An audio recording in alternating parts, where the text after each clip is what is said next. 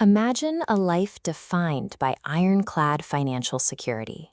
A paid-off late-model Honda CR-V in the driveway, a comfortable house in a good zip code, and a savings account massive enough to cover years of expenses without a single deposit.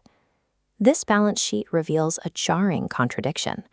On the left side, we see heavy, stable assets, but on the right, there is a tiny entry for a $3.99 ice cream cone. This small expense causes the entire system to fail. This tiny line item vibrates with the weight of a parent's fear. It's heavy enough that the protagonist's daughter, Sophie, eventually asks if they are poor, because she has only ever seen her father treat a $4 purchase like a threat to their survival.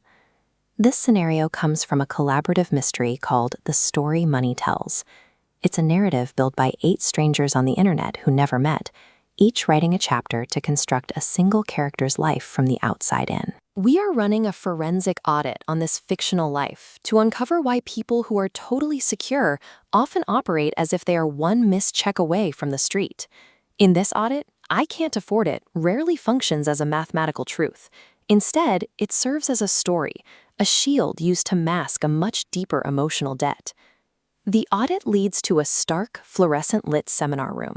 The protagonist sits alone among empty folding chairs, 40 minutes early to a workshop, looking for an answer to their own financial paralysis. That paralysis began with a father who viewed wealth as a fleeting, fragile resource. He drilled 3 doctrines into his child's head. The money goes too fast. You have to be ready for anything. One mistake, and it's gone. At age 17, the protagonist adopted these rules as a survival strategy. They decided that total deprivation was the only way to remain safe in an unpredictable world, choosing to stop wanting things before the world could take them away. This created an emotional tax. This lifelong frugality focused on validating a father's paranoid worldview rather than saving actual dollars. Each denial was a way to prove that his fear was justified. The protagonist weaponized their own bank account, using a growing balance to prove a grim point, that scarcity was the only reality, and their father was right to be afraid. But the father's death reveals a massive discrepancy.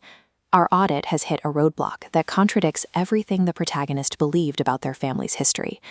The estate contains a secret, untouched account holding exactly $327,000.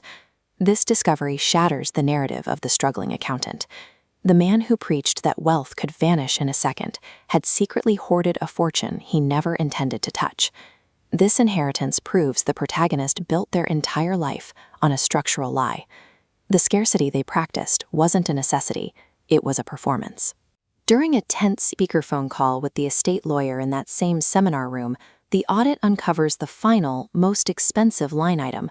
Tucked away is a secondary locked ledger, a restricted trust fund containing $45,000. The beneficiary is Margaret Corbett, a daughter the protagonist abandoned. The father knew about her, making steady deposits for 25 years. This reveals the proxy trauma behind the father's behavior.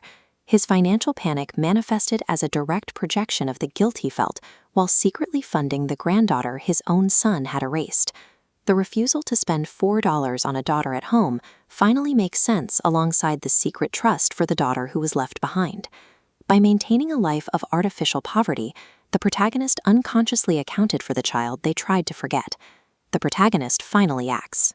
They take the yellow legal pad and tear it into confetti, metaphorically clearing the inherited debt from their ledger. They walk to the table and place a $50 bill down for a $3 book. This overpayment is a deliberate physical break from 25 years of self-denial. Buying the book provides the psychological permission they need to finally close the loop.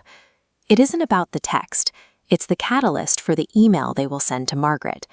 It's a remarkable ending for a story written by 8 strangers moving blindly through a shared narrative, weaving their perspectives into a single, unbreakable cord. This audit reminds us that our bank statements are often emotional diaries. True financial freedom isn't found in a budget, it's found in auditing the stories we tell ourselves about why we aren't allowed to spend.